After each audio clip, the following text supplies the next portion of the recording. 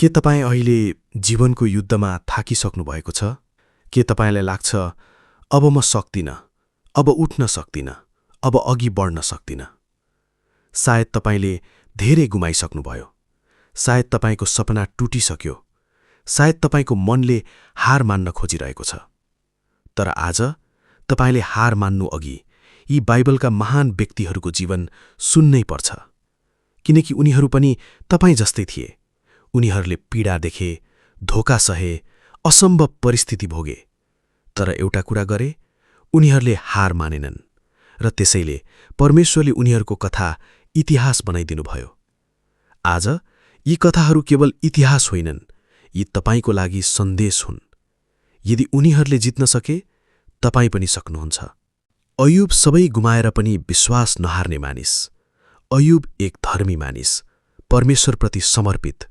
तर एकैचोटि उनले धन गुमाए, सन्तान गुमाए, स्वास्थ्य गुमाए, सबै कुरा टुट्यो।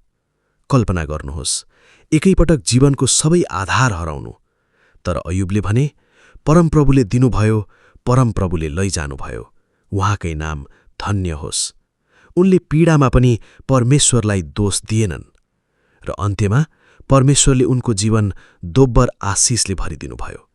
उहाँबाट हामीले सिक्नुपर्ने कुरा, सबै कुरा हराए पनि विश्वास नरोक्नुहोस्। युसुफ धोकादेखि दरबारसम्म। युसुफ आफ्नै दाजुभाइद्वारा बेचिए, दास बने, झुटो आरोपमा जेल परे। उनले सजिलै हार मान्न सक्थे, तर हरेक अन्धकारमा परमेश्वर उनीसँग हुनुहुन्थ्यो। जेलबाट राजदरबारसम्म धोका भाग्यको अन्त्य बनेन, त्यो तयारी बन्यो। युसुफले भने, तिमीहरूले मेरो विरुद्धमा खराबी सोच्यौ, तर परमेश्वरले त्यसलाई भलाइमा बदल्नुभयो। उहाँबाट हामीले सिक्नुपर्ने कुरा, मानिसको धोका परमेश्वरको योजनालाई रोक्न सक्दैन। दाउद विशाल समस्यामाथि विश्वासको जीत। दाउद केवल एक जवान गोठालो थिए, सम्मुने गोलियात, विशाल योद्धा। सबैले डराए, सबैले पछि हटे, तर दाउदले भने, म सेनाहरूका परमेश्वरको नाममा आउँछु। उनको शक्ति आकारमा थिएन, उनको शक्ति विश्वासमा थियो। एक ढुङ्गाले विशाल शत्रु ढल्यो। उहाँबाट हामीले सिक्नुपर्ने कुरा, तपाईको समस्या ठूलो हुन सक्छ, तर परमेश्वर अझ ठूलो हुनुहुन्छ। दानियल सिंहको खोरमा पनि अटल विश्वास।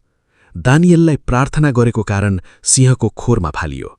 मृत्यु निश्चित जस्तै देखिन्थ्यो, तर उनले प्रार्थना रोकिएनन्, विश्वास त्यागेनन् र परमेश्वरले सिंहहरूको मुख बन्द गरिदिनुभयो। उहाँबाट हामीले सिक्नुपर्ने कुरा, जब तपाईं परमेश्वरप्रति विश्वास योग्य रहनुहुन्छ, उहाँ तपाईको रक्षा गर्न सक्षम हुनुहुन्छ। मोसा असम्भव समुद्रको बीचमा बाटो। मोसा सामुन्य लाल समुद्र, पछि शत्रु सेना, सबै सकिएको जस्तो। तर परमेश्वरले समुद्र चिरिदिनुभयो। जहाँ बाटो थिएन, उहाँले बाटो बनाउनुभयो। उहाँबाट हामीले सिक्नुपर्ने कुरा, असम्भव परिस्थिति परमेश्वरको चमत्कारको स्थान हुन सक्छ। एस्तर डरमाथि साहस। एस्तरले आफ्नो जीवन जोखिममा राखेर आफ्नो जातिलाई बचाइन्। उनी चुप्प बस्न सक्थिन्, तर उनले साहस चोजिन्। सायद यस्तो समयका लागि नै तिमी यहाँ छौ। उहाँबाट हामीले सिक्नुपर्ने कुरा, तपाईको जीवनको उद्देश्य तपाईको डरभन्दा ठूलो छ। पावल सतावटकर्तादेखि महान प्रेरित। पावल पहिले विश्वासीहरूको शत्रु थिए, तर परमेश्वरले उनको जीवन परिवर्तन गर्नुभयो। असंख्य दुःख, जेल, कुटाई, तर उनले सेवा छोडेनन्। उनले भने, मैले असल दौड दौडिसकेको छु। उहाँबाट हामीले सिक्नुपर्ने कुरा, तपाईको विगतले तपाईको भविष्य निर्धारण गर्दैन। यी सबै पात्रहरूको जीवनमा एउटा समान कुरा थियो। उनीहरू सिद्ध थिएनन्, उनीहरू सङ्घर्षरहित थिएनन्, उनीहरू पीडारहित थिएनन्, तर उनीहरू हार मानेनन्। र आज तपाईको लागि पनि यही सन्देश छ। हार नमान्नुहोस्। तपाईको कथा सकिएको छैन। परमेश्वर अझै काम गरिरहनु भएको छ। जब अयुब टिके, जब युसुफ उठे, जब दाउद लडे, जब दानियल अटल रहे, तपाईं पनि उठ्न सक्नुहुन्छ। यदि तपाईं अहिले सङ्घर्षमा हुनुहुन्छ भने यो प्रार्थना गर्नुहोस्, परमेश्वर, म थाकेको छु, तर म हार मान्न चाहन्न। मलाई शक्ति दिनुहोस्, मलाई विश्वास दिनुहोस्, मलाई सम्झाउनुहोस्। तपाईको योजना अझै जीवित छ। आमेन। आज कमेन्टमा लेख्नुहोस्, म हार मान्दिन। लाइक गर्नुहोस्, शेयर गर्नुहोस् र अरूलाई पनि सम्झाउनुहोस्, परमेश्वरसँग हार अन्तिम शब्द होइन। विश्वास गर्नेहरूले अन्त्यसम्म जित्छन्।